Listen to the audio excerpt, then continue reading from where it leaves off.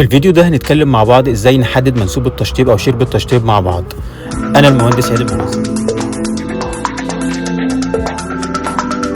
طبعا اول حاجه لما بندخل هنا الشقه، اول حاجه احنا بنحددها اللي هو منسوب التشطيب.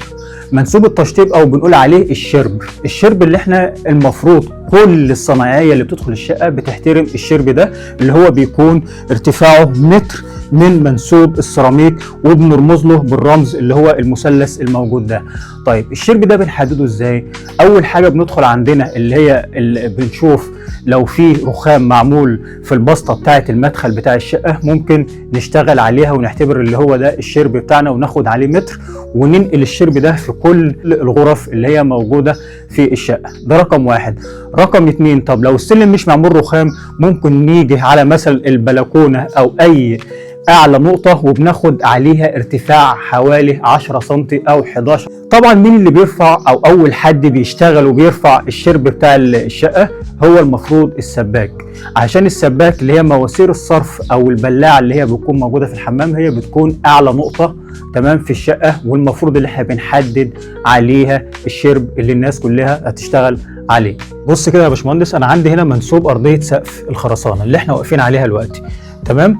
اول حاجه احنا بنعملها هنا بنفترض او بناخد على اعلى نقطه عندي هنا في السقف، بناخد من عليها كام؟ بناخد عليها اللي هو المتر و12 سم او متر و15 سم، ايا كان النقطه اللي احنا هناخد عليها الشرب او منسوب التشطيب اللي احنا هنشتغل عليه.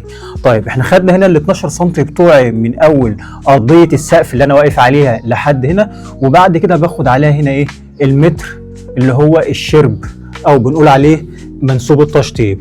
طيب يعني ايه الكلام ده كله؟ يعني الوقت اللي انا عندي المسافه اللي هي ال 12 سم دي هنا منسوب السيراميك اللي انا هشتغل عليه. تحت منسوب السيراميك بيكون فيه ال 2 سم بتوع المونه، تحتها في فرشه الرمل اللي احنا بنعملها بتكون تقريبا حوالي 10 سم. طبعا المواسير كلها بتمشي فين؟ بتمشي هنا في المنطقه دي، سواء خراطيم كهرباء، سواء مواسير فريون، سواء مواسير صرف تكييف، سواء مواسير صرف عاديه، سواء اي تمديدات هتمشي تحت الارض هتمشي في المنسوب ده. فطبعا كل بند وانا شغال عليه لازم اشيك اللي هي المواسير او التمديدات اللي هتمشي هنا في الارض ما تتعداش المسافه بتاعت هنا اللي هي ايه؟ متر التشطيب. طيب انا خدت هنا ليه متر التشطيب بتاعي هنا؟ اللي هو بنرمز له بالمثلث اللي احنا عاملينه ده، وهنشوفه دلوقتي على الطبيعه، علشان الكهربائي لما يجي يشتغل هيشتغل على الشرب ده، السباك لما يجي يشتغل هيشتغل على الشرب ده، لما هاجي اركب الابواب هشتغل على الشرب ده، لما اجي اركب مواسير الفريون بتاعت اللي هي على الحيطه او مواسير التكييف برضو او الصرف برضو هشتغل على الشرب ده. طيب تعال نبص هنا، احنا هنا خدنا الشرب بتاعنا هنا وحددنا هنا المسافه بتاعتنا اللي هي هنا ايه؟ المثلث اللي هو موجود ده. لو جيت قست المسافه هنا، المسافه هنا من البلاط الصافي بتاعي كام؟ متر، حوالي متر و19 سم، تمام. متر و19 سم. برضو لو جيت قستها هنا ممكن تبقى متر 18، هنا ممكن تبقى متر 17، ايا كان، بس هو كده المنسوب بتاعي كله ماشي هنا ايه؟ بميزان الليزر. طيب انا لما باجي اخد الشرب بتاعي لا اما هاخده بميزان ليزر او بميزان الميه اللي هو ميزان الخرطوم. طبعا الاثنين هيبقوا مش بنفس الدقه، طبعا ميزان الليزر الدقه بتاعته هتبقى ايه؟ هتبقى اعلى. طيب نيجي نتكلم برضو هنا اللي انا عندي هنا ده المتر بتاعي. يعني ايه المتر بتاعي؟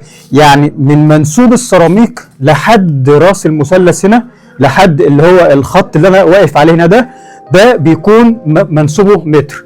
يعني لو انا قلت للكهربائي ياخد منسوب العلبه بتاعتي متر 20، يعني المفروض هيطلع هنا كام؟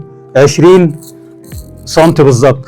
طيب لو قلت للكهربائي ياخد منسوب العلبه 50 سم من منسوب السيراميك، هينزل من هنا كام؟ هينزل من هنا برضه ال 50 سم اللي احنا بنتكلم عليهم.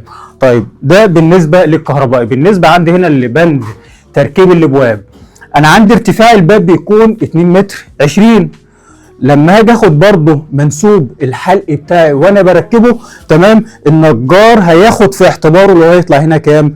متر 20، وانا عندي كده كده في متر تحت الشرب المفروض هيبقى كام؟ 2 متر 20.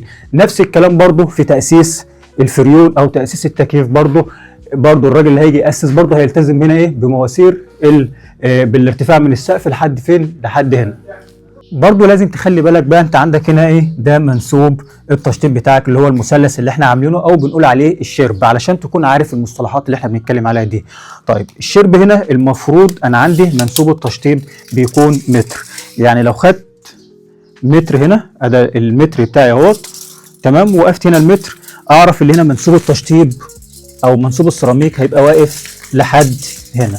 يعني اللي انا كل بند لما اخلص تأسيس التكييف اللي مواسير الفريون ما تتعداش منسوب السيراميك، مواسير الصرف بتاعت التكييف ما تتعداش برضو دي، الخراطيم الكهرباء برضو ما تتعداش اللي هو الخط اللي انا عامله ده.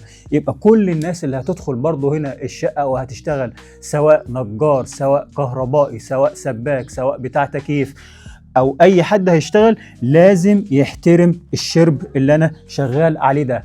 وكل بند يخلص لازم اشيك عليه برضه بميزان الليزر اللي هو ما يكونش اتعدى الخط ده.